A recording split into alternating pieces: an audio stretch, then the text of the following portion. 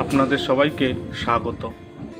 আবার একটি স্টেশনের নতুন ভিডিও নিয়ে আমি সন্তু আপনাদের সামনে হাজির হয়ে গেছি।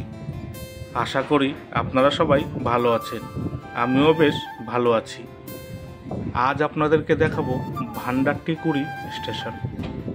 স্টেশনটি ভারতীয় রেলের পূর্ব রেলওয়ে অঞ্চলে হাওড়া রেলওয়ে বিভাগের একটি স্টেশন।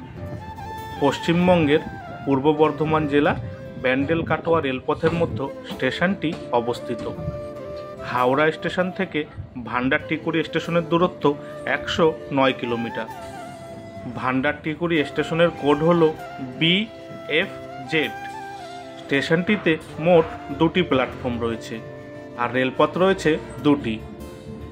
এই স্টেশনটি চালু হয় 1913 সালে আর স্টেশনটির বিদ্যুতীকরণ হয় 1994 থেকে 96 সালে। কাটোয়া জংশন স্টেশনের দিকে যেতে ভান্ডারটিকুড়ি স্টেশনের পরবর্তী স্টেশন হলো পূর্বস্থলী, আর ব্যান্ডেলের দিকে যেতে বা হাওড়ার দিকে যেতে এই স্টেশনের পরবর্তী স্টেশন হলো বিষ্ণুপ্রিয়া হল্ট। স্টেশনের চারপাশের পরিবেশটা ছিল খুবই সুন্দর, গাছপালা দিয়ে ঘেরা।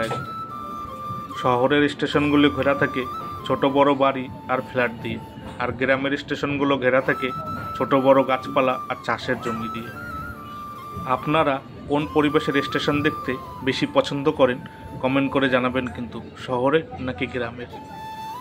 ভান্ডারটিকুড়ি স্টেশনের খুব কাছেই রয়েছে কপিল মুনির আশ্রম। খুব সুন্দর একটি জায়গা, আপনার মনকে পুরো শান্ত করে দেবে। স্টেশন থেকে বাইরে বেরিয়ে পায়ে হেঁটে বা টোটো করে আপনি পৌঁছে যেতে পারবেন এই কপিল মুনির আশ্রমে।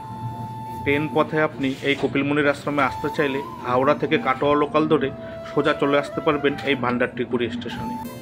শিয়ালদাহ স্টেশন থেকেও আপনি কাটোয়া লোকাল ধরে এই ভান্ডারটিকুড়ি স্টেশনে আসতে পারবেন। শিয়ালদাহ স্টেশন থেকে একটি লোকাল ট্রেন আসে এই কাটোয়ার দিকে, শিয়ালদাহ কাটোয়া গ্যালোপিন। শিয়ালদা স্টেশন থেকে সকাল 8:06 ছাড়ে।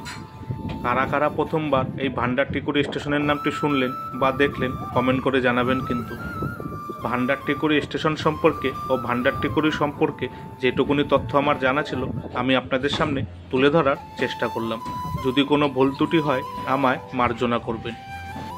ভিডিওটি ভালো লাগলে অবশ্যই একটা লাইক করে দেবেন আর চ্যানেলটি সাবস্ক্রাইব করে বেল আইকনটি অন করে দেবেন, তাহলে আমি নতুন কোনো ভিডিও আপলোড করলেই সবার আগে নোটিফিকেশান আপনার কাছে পৌঁছে যাবে। এই ভিডিওটি আপনাদের কেমন লাগলো মতামত কমেন্ট করে জানাবেন, আর ভিডিওটি ভালো লাগলে শেয়ার করে দেবেন। ভিডিওটি এখানেই শেষ হলো। আপনারা সবাই ভালো থাকবেন, সুস্থ থাকবেন আর সাবধানে থাকবেন, আর সর্বদাই আমার চ্যানেলের সাথে জুড়ে থাকবেন। টাটা।